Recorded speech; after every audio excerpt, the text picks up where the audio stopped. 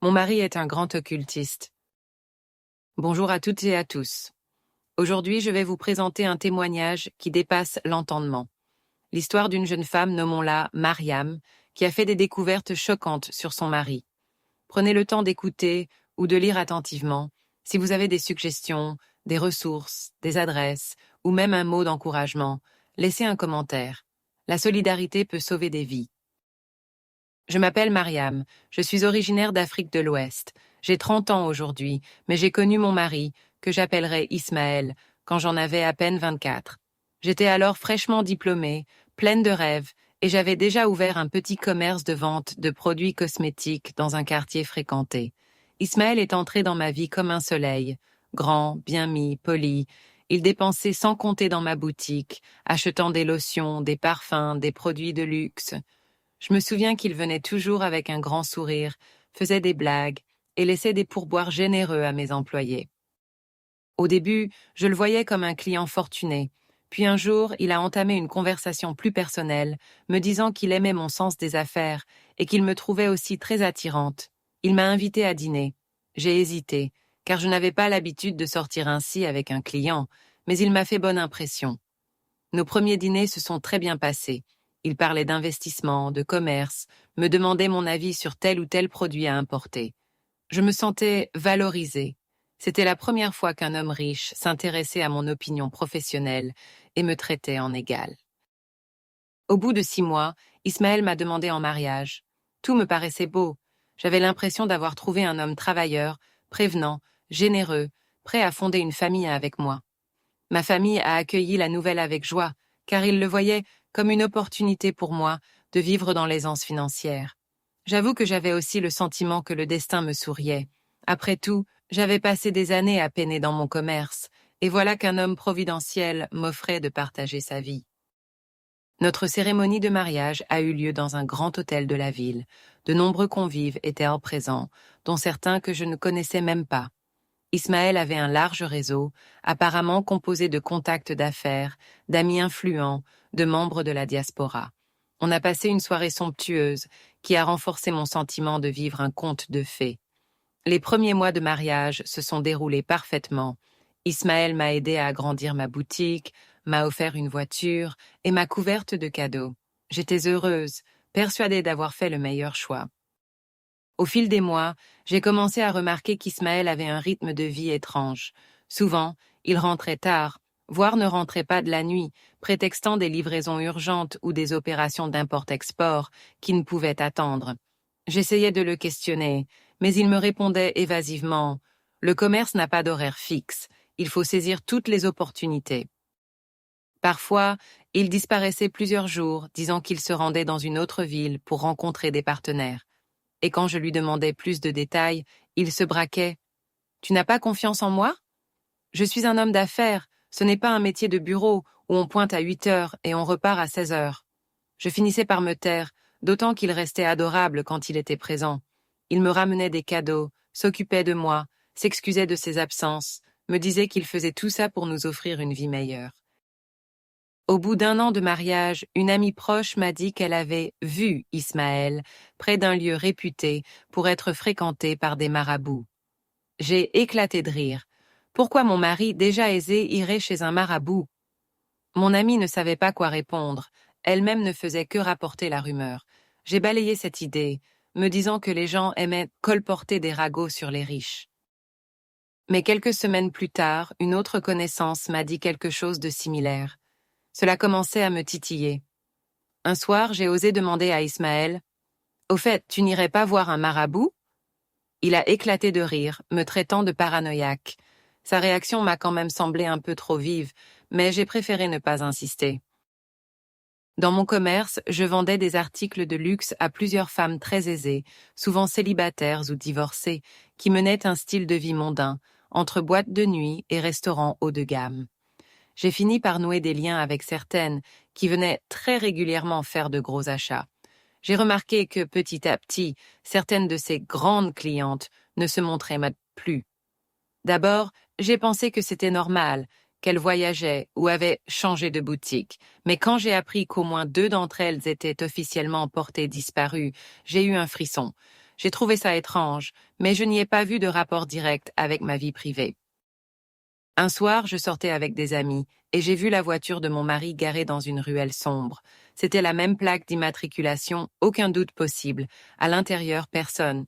Mais j'ai distingué une trace sombre sur le pare-choc, ressemblant à une tache de sang. J'ai eu un mauvais pressentiment. Quand je suis rentrée à la maison, Ismaël était là, endormi. Au matin, je lui ai demandé « As-tu eu un accident ? J'ai vu ta voiture, il y avait du sang. » Il a nié, m'a dit qu'il s'était peut-être frotté à un animal mort sur la route et qu'il avait déjà tout nettoyé. Au fil des jours, j'ai voulu vérifier moi-même. La voiture avait été entièrement lavée, aucune trace. Je me suis alors mise à fouiller son coffre quand il n'était pas là. J'y ai découvert des couteaux, des cordes, des sacs tachés. À chaque fois, il trouvait une excuse. Ce sont des outils pour le commerce, je m'en sers pour découper des cartons. Ou ce n'est pas du sang, c'est de la peinture. Mais je sentais confusément que quelque chose de grave se passait. Parallèlement, mes amis me faisaient part d'histoires de plus en plus étranges. L'une me disait qu'un tel avait vu mon mari entrer dans un lieu reculé, l'autre qu'il sortait souvent avec des femmes inconnues.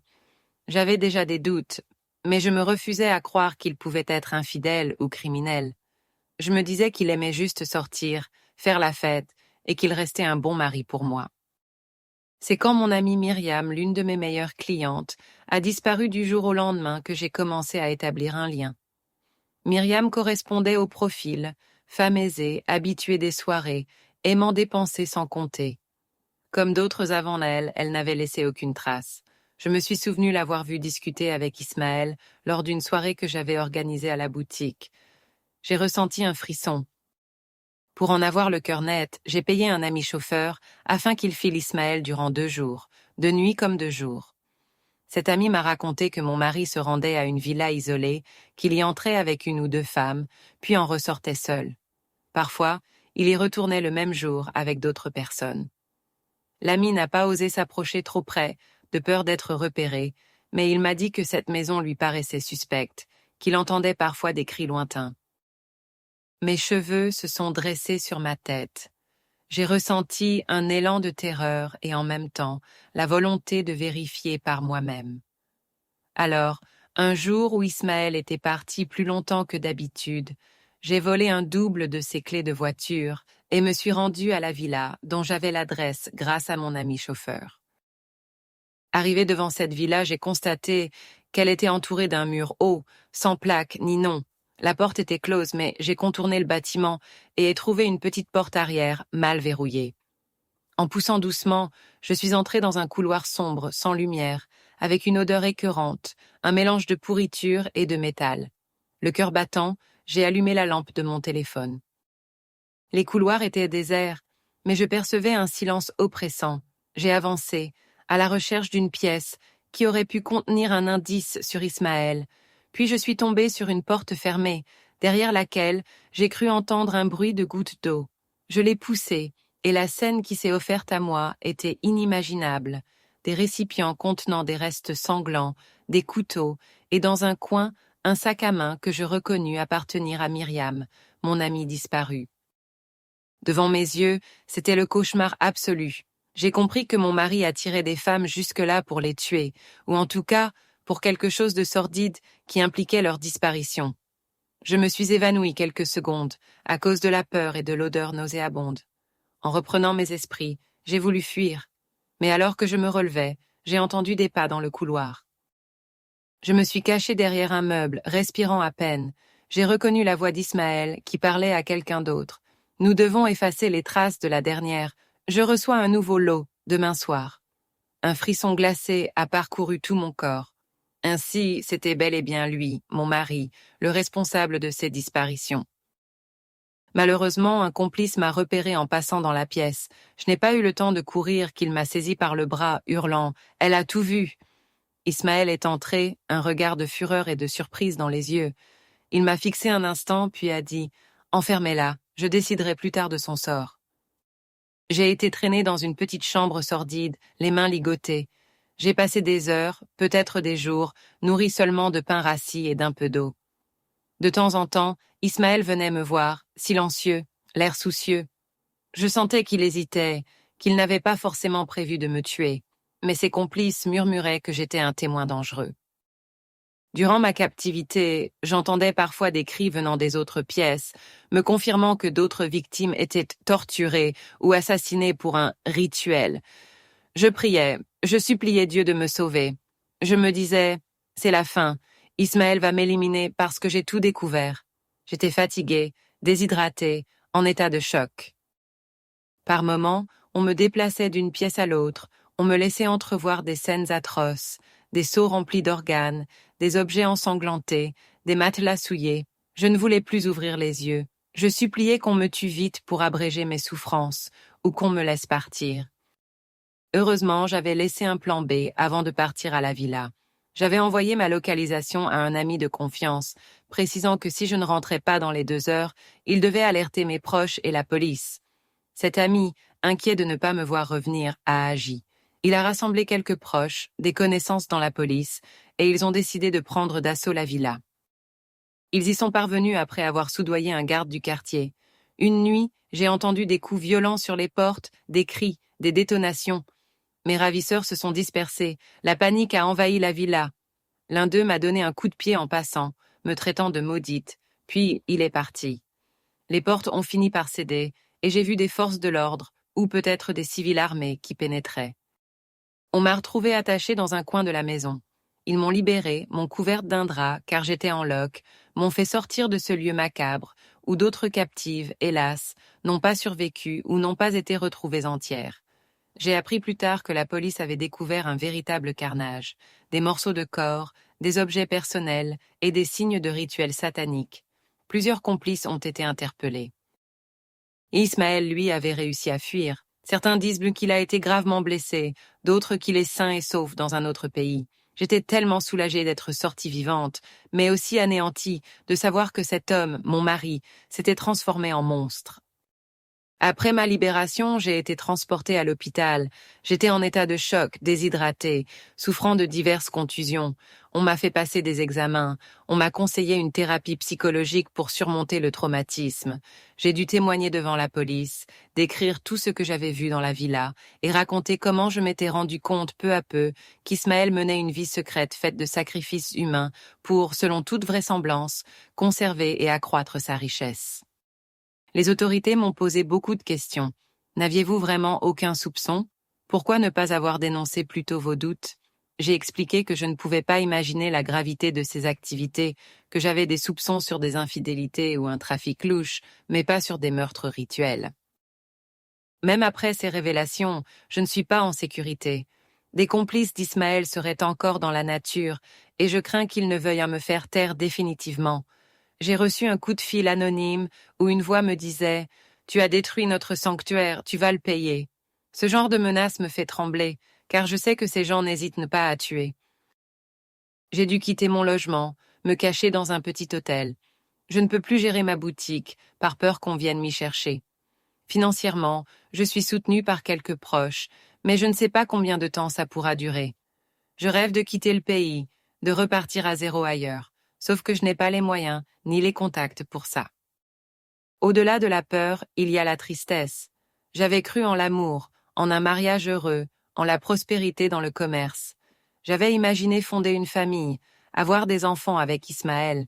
Découvrir qu'il sacrifiait littéralement des personnes pour s'enrichir brise en moi toute foi en l'humanité. Je me sens sale, coupable d'avoir aimé un meurtrier, d'avoir fermé les yeux sur ses absences et sur des indices troublants. Je repense à toutes les femmes disparues que j'ai peut-être indirectement présentées à Ismaël. Certaines venaient dans ma boutique. Je les considérais comme des clientes importantes. Je les invitais parfois à des réceptions où Ismaël venait. Je ne voulais que développer mon commerce. Je ne pensais pas que je les mettais dans la gueule du loup.